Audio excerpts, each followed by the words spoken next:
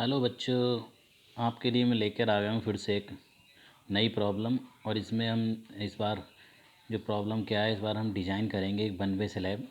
बच्चों, ये question 10 number में आपका आता है, हर बार आता है।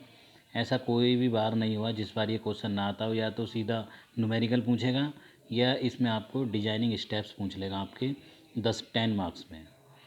ठीक है, तो ये हमें एक क्वेश्चन है, एक प्रॉब्लम है जिसमें कि हमें डाटा हमें ये दिया हुआ है। लाइव लोड हमें दिया हुआ है 2 kilo newton per metre square. Grade of concrete दिया हुआ है हमको M20, जिसके लिए कैरेक्टरिस्टिक स्ट्रेंथ जो होती है वो 20 न्यूटन पर मिलीमीटर स्क्वायर होती है।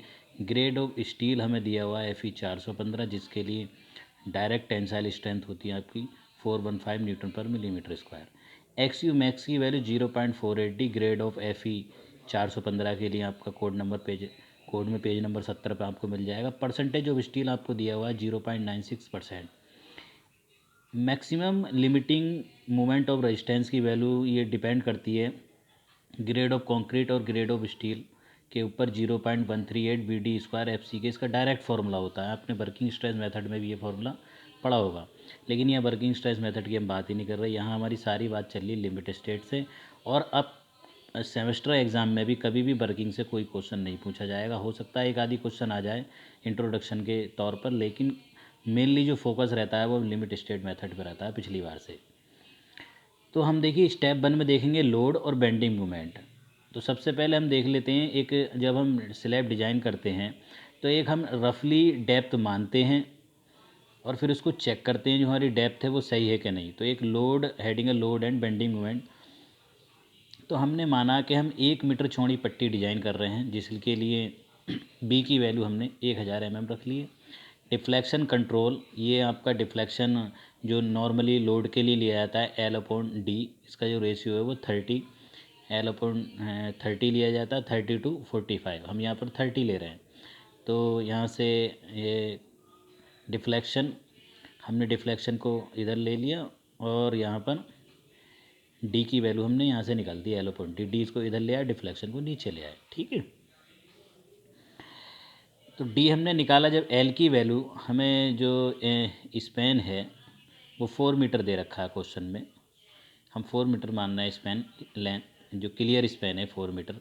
और मीटर को हमने इसको mm में कर लिया है 10⁻1000 से मल्टीप्लाई करके, तो डेप्थ आपकी mm में आ जाएगी।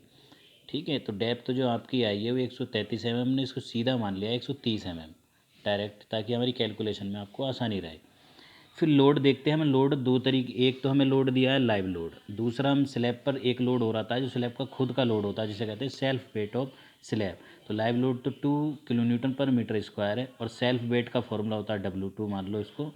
एरिया इंटू डेंसिटी, डेंसिटी जो होती है आपकी RCC कंक्रीट की वो 25 kilo newton per metre cube होती है। तो ठीक है, हमने W2 1 मीटर के लिए डिज़ाइन कर रहे हैं और एक पी की वैल्यू कितनी है 1 मीटर 1000 mm है, और डी कितना है आपका 130 mm, जो आपने अभी देखा था 130 mm आया।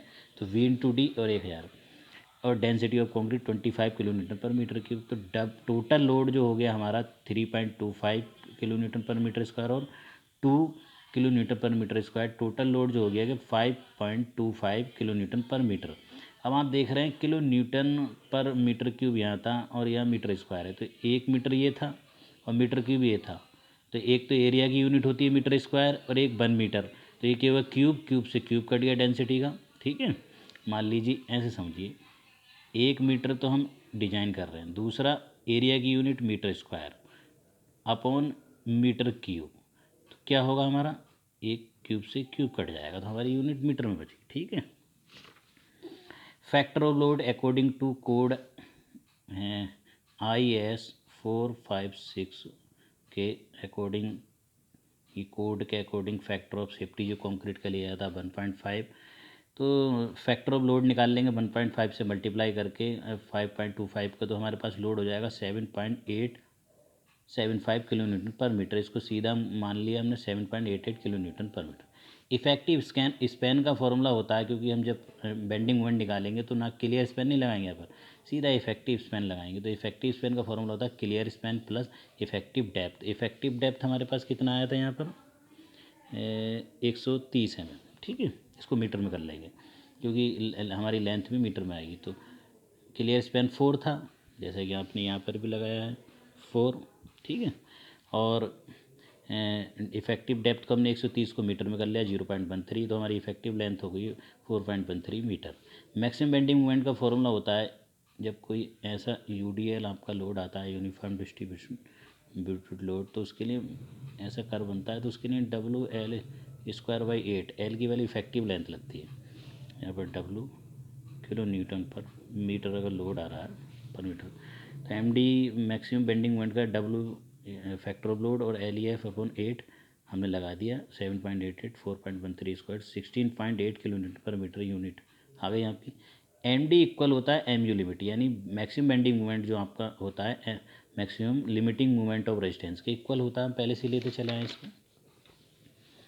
फिर है इफेक्टिव डेप्थ ऑफ स्लैब। एक तो डेप्थ हमने पहले निकाल चुके हैं 130 mm, अब हम इसको चेक करके देखेंगे। तो maximum limiting moment of resistance का फॉर्मूला होता है ग्रेड ऑफ FE 415 के लिए 0.138 VD² FC के, ये वर्किंग स्ट्रेस मेथड में भी आपने देखा होगा।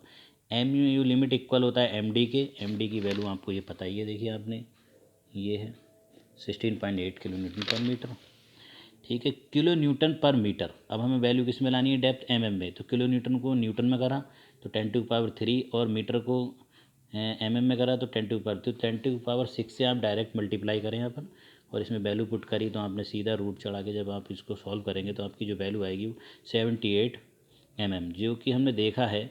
और हमारी टोटल डेप्थ कितनी थी पहले, 130 mm। अब हमने माना कि मेन बार का डाया जो हमने माना 12 mm, और क्लियर कवर हमने मान लिया यहाँ पर 15 mm, तो आपका इफ़ेक्टिव डेप्थ कितना निकलेगा, यानी 130 तो टोटल है, 130 टोटल है, टोटल डेप्थ, ये आपकी टोटल डेप्थ है 130 टोटल डेप्थ, ठीक है। तो हम कैसे करते हैं इफेक्टिव डेप्थ, तो टोटल डेप्थ में से माइनस क्लियर कवर प्लस बार का आधा, तभी तो ये टोटल आपका इफेक्टिव कवर मान लीजिए आप, जैसे आपका ये इतना और बार का आधा, तो इफेक्टिव कवर ही तो माइनस करेंगे आप total effective depth, total depth में से, तो आपकी इफेक्टिव डेप्थ आ जाएगी। तो हमने क्लियर कवर प्लस बार का आधा, या 110 mm हमने इसको मान लिया सीधा। फिर आता है हमारा जो एक स्लैब है, उसमें दो तरीके के बार होते हैं आपका, एक तो डिस्ट्रीब्यूशन बार, दूसरा होता है आपका मेन बार। तो आप देख रहे हैं एक स्लैब का हमने टॉप प्लान लिया जिसमें कि L आपका लॉन्ग स्पैन है और B आपका शॉर्ट स्पैन है। डिस्ट्रीब्यूशन बार आप देख रहे हैं जो आपका लॉन्ग स्पैन के पैरेलल डाला गया है और शॉर्ट स्पैन के पैरेलल आपका मेन बार डाला गया है। मेन बार का डाया आपने 12 mm माना है, 12 mm, जैसा कि आपने यहाँ देखा भी है, ठीक है। ये 12 mm आपका मेन बार का डाया। तो अब देखिए दो तरीके के स्टील हैं, तो दोनों तरीके का एरिया निकलेगा और इनकी स्पेसिंग भी चेक होगी। तो देखिए L इक्वल लॉन्ग स्पैन और V इक्वल शॉर्ट स्पैन। तो area of steel in main बार, तो फॉर्मूला आप मान लीजिए, आपने सेक्शन यहाँ पर हमने पहले ही मान लिया अंडर रीइंफोर्स्ड सेक्शन। तो अंडर रीइंफोर्स्ड सेक्शन के लिए मोमेंट ऑफ रेजिस्टेंस का फॉर्मूला जो होता है डायरेक्ट 0.87 F/AST D - 0.42 XU, यानी इसमें टेंशन वाला फॉर्मूला लगाया गया मोमेंट ऑफ रेजिस्टेंस के इक्वल। वो इसलिए क्योंकि अंडर रीइंफोर्स्ड सेक्शन में आपका स्टील फेल होता है, इसलिए हमने स्टील की परसेंटेज को बढ़ाने के लिए मोमेंट ऑफ रेजिस्टेंस का फॉर्मूला टेंशन वाला लगाया। तो XU की हमें वैल्यू चाहिए, तो XU की वैल्यू हम यहाँ से निकाल लेंगे। डेप्थ ऑफ न्यूट्रल एक्सिस, ये हम बहुत पहले से करते आए, AST की फॉर्म में आपकी टर्म आ जाएगी, तो यहाँ से हम निकाल लेंगे 0.87 F/AST अपन 0.36 FC के। पेज नंबर आपको ये भी मिल जाएगा, पेज नंबर 96 पे आपको मिलेगा कोड में, आप देख सकते हैं इसको आराम से, ठीक है। तो MU equal 0.87 F/AST D - 0.42 XU। MU equal आपका सीधा MD के 16.8 10⁶, आपने इसमें वैल्यू पुटअप की, तो जब आप इसको सॉल्व करेंगे तो आपकी सेकंड ऑर्डर की इक्वेशन बनेगी। आप चाहें तो इसको कैलकुलेटर से भी सॉल्व करके निकाल सकते हैं। ST की वैल्यू है 464 mm²। यूनिट का बहुत ज़्यादा ध्यान रखें क्योंकि एरिया की यूनिट mm² मीटर स्क्वायर में ही होगी हमेशा, ठीक है। चेक फॉर स्पेसिंग, मान लीजिए हमने जो बार का मेन बार का जो डाया माना है वो कितना 12 mm, तो π/4 × 12 यानी 113 mm², इसकी AT की वैल्यू हो जाएगी। तो स्पेसिंग का फॉर्मूला था 1000 × 80/AST। AT की वैल्यू आपकी कितनी है 113 mm, जो आपने बार का डाया माना 12 mm, 1000 ऐसी रहेगा। AST आपका आया ये सीधा ही अभी आपने निकाला कितना 464। जब आप इसमें पुट करेंगे तो आपकी स्पेसिंग आ रही है 243, इसको सीधा करके 240 सेंटर बाई सेंटर mm मान लिया। चेक करते हैं। पहली कंडीशन 240 रहेगी, तीसरा 3D मल्टीप्लाई करा 330, और 300 mm। इनमें जो तीनों में मिनिमम वैल्यू रहती है वही आपकी बार की स्पेसिंग रहती है। तो 12 mm का बार माना था आपने, और 240 mm centre bye centre spacing रहेगी। फिर आपका एक बार रहता है डिस्ट्रीब्यूशन बार, AHD 0। ये 12% जो आपने लिया है ग्रेड FE 415 के लिए है। अगर FE 415 के लिए 12% है अकॉर्डिंग टू IS 456 कोड के, और FE 250 के लिए आपकी वैल्यू होती है सीधा 15%। ठीक है, ये आपको याद रखना है। FE 250 के लिए AHD लगा दिया। V इंटू डी 1000, डी की वैल्यू 130 mm, AHD आपका 156। अब देखिए, आपने देखा होगा पीछे इफेक्टिव डेप्थ आपकी 78 mm आई है, और आपका जो आपने डेप्थ निकाला है 110 mm। तो ये जो आप डेप्थ चेक करेंगे बाद में, ये हमेशा लेस देन ही रहनी चाहिए। अगर ये ज़्यादा आती है तो आप रीडिज़ाइन करके दोबारा न्यूमेरिकल को करेंगे।